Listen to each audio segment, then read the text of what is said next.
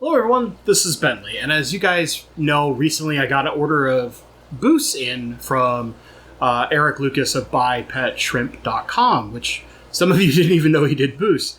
What I wanted to do is a follow-up and do a Plants for Profit that's going to give you some really good tips about what you need to know in order to be successful, and when you would want to target Buce and when you wouldn't want to target Buce as a profit source when it comes to growing aquatic plants. So normally when we buy any kind of Bucephalandra, we get them in kind of one of two ways. We either get a little bitty piece or we get a big clump. Let me give you a couple examples. You're going to recognize this. This is that big clump of Buce I just bought. This is that big clump of Narcissus Blue, and if we pull it back, you can just see based on my hand how much we have here. We'll talk about these little ceramic rings in a sec. Or maybe, similar to how I bought the Pink Lady, and like go grab it from the other side, you have a small piece like this. Right? And it's usually attached or free floating. Again, we have that little ceramic ring. We'll talk about that in a sec. So when we buy Bucephalandra, how should we buy it? I would generally suggest, if you can, get the large clump like this. Now, how do we make this big clump worthwhile? We're going to want to go in and start breaking it apart and dividing it. Now, I'm not going to divide this one up quite yet. That's coming once we start building Animal House. But you can see over here, if I bring this up close, you've got lots and lots of rhizome there that you could break into many smaller plants. And what you should do is break each smaller plantlet up. So, for an example, let's take this tiny piece of Narcissus Blue that literally by handling it fell off. You can see there's a good bit of rhizome, nice attach point, and plenty of leaves. This is a great start because it gives you room here to glue or tie it down onto a surface. Now normally, if we're going to put Bucephalandra into a tank, we're going to attach it to something more like this. There's a nice piece of Oko stone, set it like this or like this. We'll put it into maybe the pockets. That's a personal favorite of mine. And that's going to be our aquascape, and it's going to look nice. Or maybe it's a big, beautiful piece of driftwood, like this nice piece of cholla wood. Pardon me.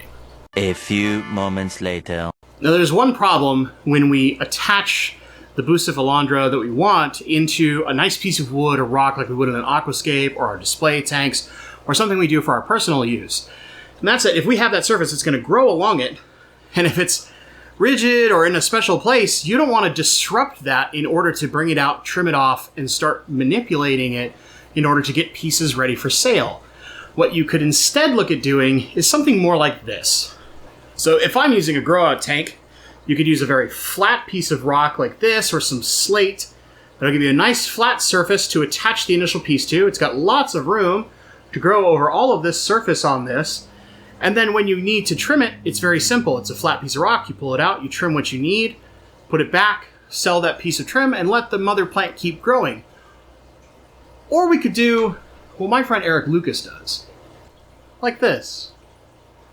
Get it in nice and close. Yeah, this is a different plant than we're looking at, but the same principle applies. This little ceramic ring, we can get tons and tons of these dirt cheap. You can buy 6 or so pound bags of bio rings off of Amazon or eBay, or you can get them in your local fish store, and they're going to cost you maybe $5 a bag. It's $30 on Amazon to get 6 bags, and each bag is going to have a ton of little rings just like this guy. And yet if you set your plant up with just a little bit of glue on one little ring, not only will this weight the plant, but it will make it easy for you to pull the plant out. You would see lots of room on this plant where if it had maybe grown a second offshoot, we could trim that off. Easy, simple, and we could even take that big clump, break it up into lots of pieces, maybe this size or similar to that size that I showed you. Put each one on its own individual ring, and now we have lots of places for it to slowly grow out and propagate instead of just one massive clump. So what's the best parameter or tank idea for growing Buce as a profit source?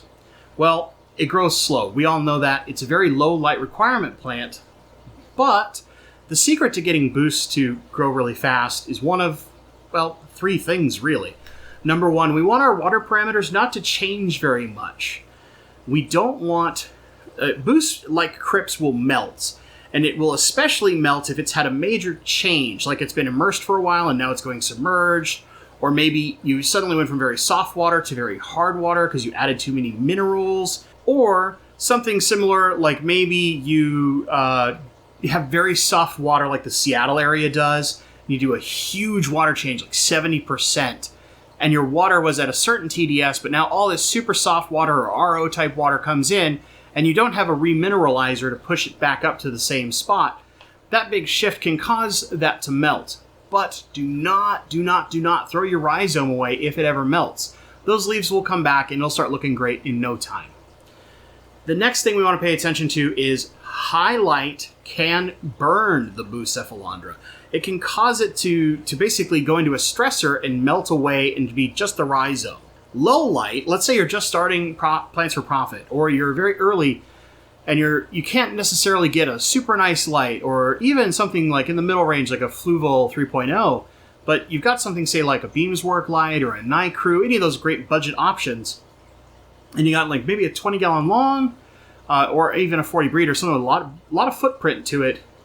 This is a great opportunity to start growing things like Buce. And what I would really impress upon you is that a little bit of CO2 goes a long way for getting Buce to grow faster. And you can do something like keep shrimp in with your Buce tank, and you can have lots of layers because it doesn't need a lot of light. So you could basically get yourself shelves. There's lots of shelves that are out there, eBay, Amazon, all sorts of Etsy sellers, stuff like that, where you could have a shelf of, you know, your most exotic or your higher light requirement, then another shelf of something similar, and another shelf. And this lets you use a lot of footprint inside of your tank to grow a lot of a small, very undemanding plant. And that will also give you lots of room for something like a shrimp to feed on biofilm and things like that. And more importantly, keep that plant clean. This is how you could kind of do both breeding for profit and plants for profit at the same time. Shrimp and Buce go great together. The other most important part about this is that with Buce, it does take time. But the nice part about Buce is it sells for quite a bit. An example would be like this little piece of Narcissus Blue right here. Right? If we were to sell that bad boy, come on camera. If we were to sell this guy, we would probably be looking at something like $10, maybe $8 at a very low end, but something more like $10 to $12 for a little piece like this. And some of the more demanding plants, like something like this beautiful piece of Pink Lady here, at this size, very well could get you upwards of $15 for a piece this big. And if you're very good at what you do, you can grow pieces this big relatively fast. And if you have enough of them, very quickly. That's why I would suggest you start with that big clump. You create lots of little pieces, you let each one propagate out, and then you can get basically once a month or once every other month a pretty nice collection of Buce ready to sell. Now, if you don't want to go the BioRing route, the other option I would suggest doing is getting a bag of the small size lava rock that you can get at most garden centers. You can find them as like a landscaping rock. Instead of having bark, sometimes they'll sell lava rock to do that kind of same thing. Those little lava rocks are great. Just rinse them really thoroughly, and now you can glue or tie your Buce to each of those, and it gives you something very easy where you can pick it out, have a piece like this to give to your customer, just like that, and it will easily sink in their tank. Bam. Easy sale, and you can just tell them, hey, all you have to do is take this, tuck it where you want it. That little piece of ceramic or that little piece of lava rock is going to help hold it down in place. You don't even have to attach it to anything. Just wedge it into whatever part of your tank you want. Or if you don't want it on that, just break it off and you'll be able to glue it somewhere else. So my final tip to talk about why we should look at something like Buce as a great plant to sell. It's really in demand. And unfortunately, a lot of it is not being sustainably harvested. So that means the wild places where some of this Buce comes from, we may never get Buce from them ever again. So if we take our time and we're careful, we can cultivate these plants ourselves, sell them as aquarist harvested, not from the wild, and that matters a lot for a lot of people. They don't want Buce that came from the wild that's destroying wild habitat, Some will even pay a premium to make sure that it's sustainably harvested by a hobbyist as opposed to being ripped out of the wild. And there are some sellers that sell stuff from the wild, and that might even be where you get your first boost. I would do this and say, please don't. Go to wonderful people that you know sustainably harvest them or culture them in their own aquariums, and make sure that you're getting the best boost you can as far as it comes from protecting their natural environments. So that's really it. Buce is actually extremely simple. A little CO2 goes a long way. You don't need a really powerful light. In fact, low light works best for Buce. Even something like a Phoenix Stingray on a 20 long is perfect. It gives just enough light. You could really put a lot of Buce in a small footprint if you have some like shelves or something like that, which you can build over time. And more importantly, you don't have to have really crazy nutrients. It's pretty undemanding, so you can have something like a simple all-in-one fertilizer that you only dose maybe once or twice a week, depends on how much Buce you have in the tank. And it gives you lots of space to potentially also keep something like shrimp, or maybe a simple fish that isn't too messy or won't pick on the leaves. They are pretty fragile, remember that. We don't want too much disturbance, but something like a shrimp is really great because they'll keep them nice and clean and healthy. One of the other important key factors that you should know: you do not need to keep Buce at a really specific temperature. Don't go too hot. I wouldn't go much higher than 80 degrees.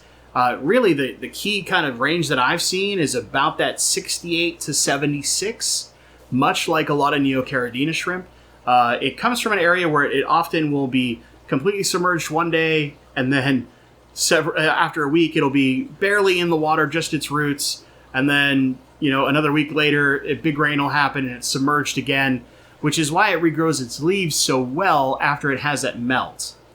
So don't be too stressed about having, the perfect tank parameters.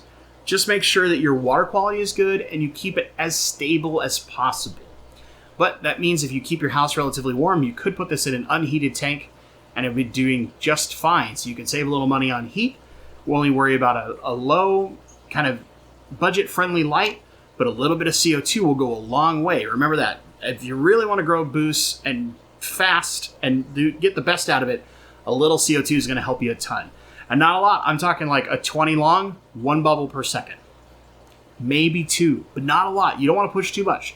Just a little to help accelerate its growth, and it will, once it's happy, it's going to grow like crazy for you.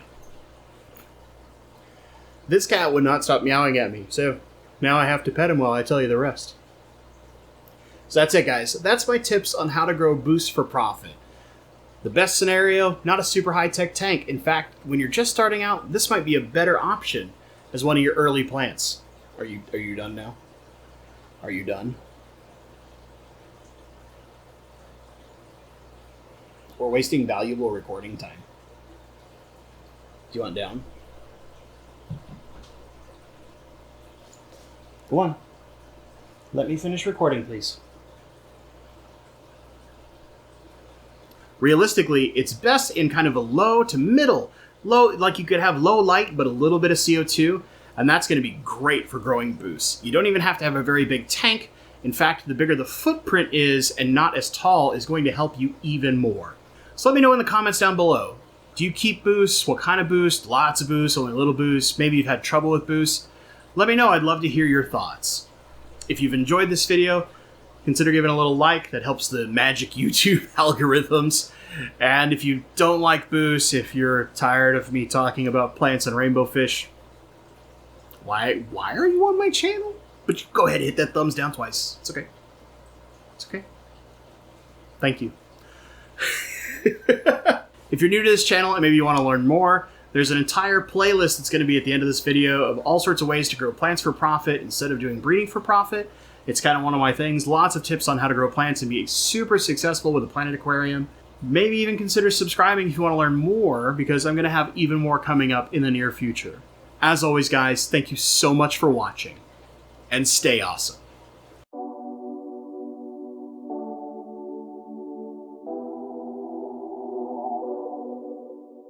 Quit interrupting my video. You meowing your brains out interrupting my video. Sparrow. Always Sparrow. Yeah, you're fine.